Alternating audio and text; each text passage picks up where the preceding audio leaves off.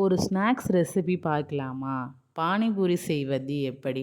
அதுக்கு ஃபஸ்ட்டு நம்ம ஒரு கைப்பிடி அளவுக்கு புதினா, ஒரு பச்சை மிளகா, ஒரு துண்டு இஞ்சி இது எல்லாத்தையுமே ஜாரில் மாற்றிட்டு அதை நல்லா கிரைண்ட் பேஸ்ட் ஆகிற வரைக்கும் நல்லா அரைக்கணும். அதுக்கப்புறம் அதில் தண்ணி ஆட் பண்ணி மறுபடியும் அதை சூப்பராக அரைக்கணும்.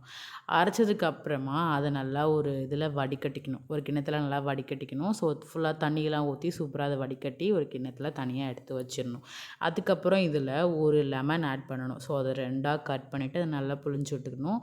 அதுக்கப்புறம் ஒரு பேனில் நல்லா எண்ணெய் காஞ்சதுக்கு அப்புறமா நம்ம பானிபூரி பேக்கில் இருக்க பூரியை போட்டு நல்லா அதை பொரிச்சு வர வரைக்கும் வெயிட் பண்ணி அதை சூப்பராக எடுத்துக்கணும். நாங்கள் இன்றைக்கி கொஞ்சம் பூரி தான் பொரிச்சு எடுத்தோம். ஸோ அதுக்கேற்ற மாதிரி தான் நான் ரசம் பண்ணியிருக்கேன். அதுக்கப்புறமா பூரி எடுத்ததுக்கப்புறம் அந்த பூரியை வச்சு அதை நம்ம ப்ரிப்பேர் பண்ணி வச்சுருக்க ரசத்தையும் அந்த பூரியில் ஹோல் மாதிரி போட்டு அதை அழகாக சாப்பிட்டா செம்ம டேஸ்ட்டாக இருக்கும். ரசமும் நல்லா காரஞ்சாரமாக உள்ளார இறங்கும். இது கூட நாங்கள் டீ வச்சு சாப்பிட்டோம். சூப்பராகவே இருந்துச்சு. நீங்களும் ட்ரை பண்ணிவிட்டு கமெண்ட் பண்ணுங்கள்.